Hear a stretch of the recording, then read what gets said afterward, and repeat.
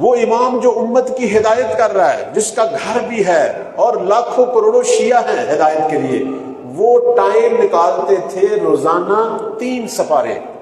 اور معصوم کا یہ فرمان ہے، فرماتے ہیں چونکہ میں ہر آیت پہ غور و فکر کرتا ہوں تو 3 سپارے روزانہ تلاوت کرتا ہوں.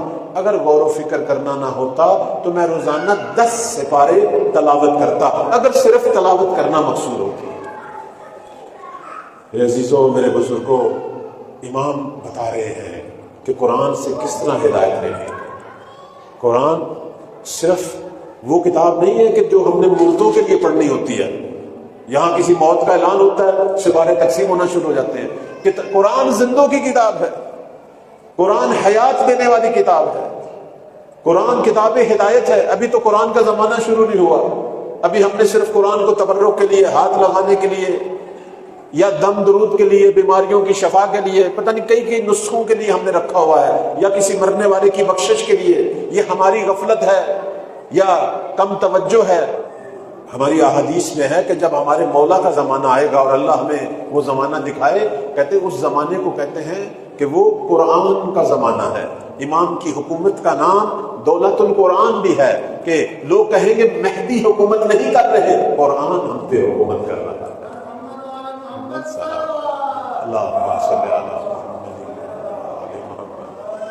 کیسا زمانہ ہوگا؟ نہج بلاغہ اٹھائیں، امیر المومنین کا فرمان نہج بلاغہ میں ہے، فرماتے ہیں کہ جب قائم کا زمانہ آئے گا اس وقت مولا لوگوں کی آراء اور افکار کو قرآن کے تابع کریں گے، جس طرح اب لوگوں نے قرآن کو اپنے افکار اور آراء کے تابع کیا ہوا ہے. کیا مطلب؟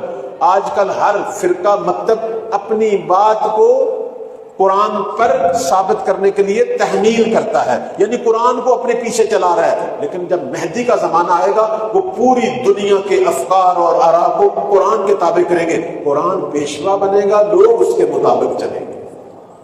اس لیے تو کہتے ہیں اس زمانے میں سارے فرقے مٹ جائیں گے، سارے باطل دین مٹ جائیں گے، صرف ایک ہی دین ہوگا، دین خدا ہوگا، اور ایک ہی مکتب ہوگا، مکتب محمد و آل محمد. یعنی اس زمانے میں قرآن ہم پہ حاکم ہوگا. نہج بلاغہ میں مولا نے فرمایا مہدی کے زمانے میں لوگ تابع ہوں گے قرآن کے، لوگ پیچھے چلیں گے قرآن کے. بلکہ فرمایا کہ میں اپنے شیعوں کو دیکھ رہا ہوں. یہ بھی میرے مولا کے جملے ہیں، یہ بھی امیر کائنات کے جملے ہیں. فرماتے ہیں کہ میں شیعوں کو دیکھ رہا ہوں کہ کوفہ کی مسجد میں جگہ جگہ خیمے لگائے بیٹھے ہیں اور لوگوں کو قرآن اس طرح تعلیم دے رہے ہیں جس طرح وہ نازل ہوا تھا.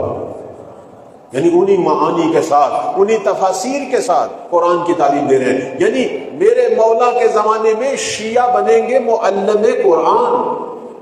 پوری دنیا میں قرآن کے معلم شیعہ نے اہل بیت ہوں گے. یہ ہے شیعہ کی شان.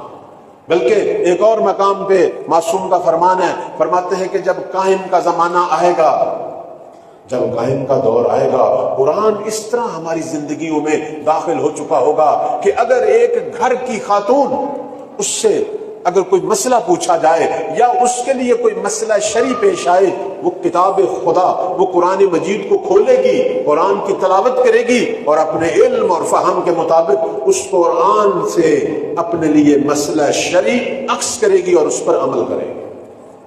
یعنی وہی علم جو آج ایک فقیہ کے پاس ہے، ہمارے مولا کے زمانے میں اسی تعلیم قرآن کی برکت سے ایک گھریلو خاتون کے پاس بھی یہی علم ہوگا. آج اگر ہماری زندگیوں میں اضطراب ہے، اگر پریشانیاں ہیں، اس کی ایک وجہ خود قرآن مجید سے دوری ہے. بس مولا کے جو ناصر ہیں، جو شیعان اہل بیت ہیں، ان کی ایک نشانی یہ ہے کہ اہل نماز ہیں اور دوسری اہل قرآن ہے. صلوات پڑھیں بر محمد و آل محمد. اور عرض خدمت یہ ہے قرآن مجید کہ جب ہم تلاوت کریں، فقط تلاوت نہ کریں، ثواب لینے کے لیے اس کے الفاظ کو نہ پڑھیں، بلکہ اس کے ترجمہ کی طرف توجہ کریں کہ خدا کہہ کیا رہا ہے. اس سے ہم نے ہدایت لینی ہے. ثواب تو ہمیں ملے گا، لیکن اللہ نے جو ہمارے پیغمبر پر اتنی وحی کی، اس میں خدا نے پیغام کیا بھیجا. جب ہم اس کے ترجمہ پہ غور کریں گے، اس وقت وہی وہی بات جو میں شروع سے کر رہا ہوں، ہمارے اندر توحید اور عبودیت پیدا ہوگی۔ یہی سے پتہ چلے گا کہ رب کتنا مہربان ہے۔ پروردگار قرآن میں ہمیں کیا کیا فرما رہا ہے، اس طرح ہماری بھی محبت بڑھے گی نا قرآن کی طرف۔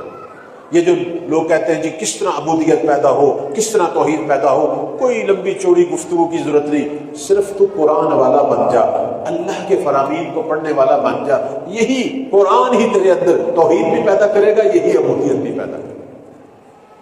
قرآن ہے جو انسان کو وقت کے امام کی طرف رہنمائی کرتا ہے۔